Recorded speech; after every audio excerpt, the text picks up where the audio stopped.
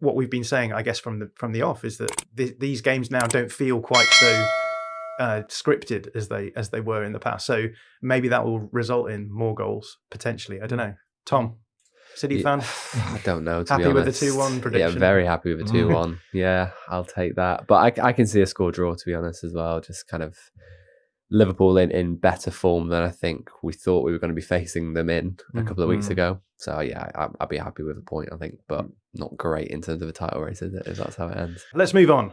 We're going to start off by talking about the Premier League and how we predicted it at the beginning of the season versus how the table is looking now, because after we have 10 games of sample, and statistically speaking, it's kind of getting to a point where those positions are starting to be a bit more significant maybe than they were early on. So do you want to talk us through the maths, the hard maths? Yeah, well, I can cover it more sort of later on. I know we're going to be talking about it in a little bit, but I think as much as anything, people do feel like it is a good yardstick for a representative amount of time to really start to reflect upon the season, not least because it's just double digits. You know, the difference between 9 and 10 isn't that much, but you hear 10, you think, okay, we're in a good sort of sample now. It's 26% of the way through the season though, so like so much can change. But the crux of a piece I wrote recently was that there is actually not too much, less shuffling in the table than you might think from game week 10 to the end of the season.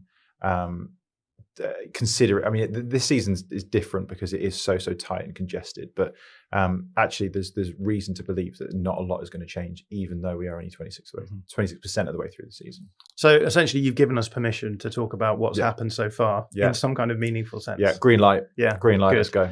And that's what we're going to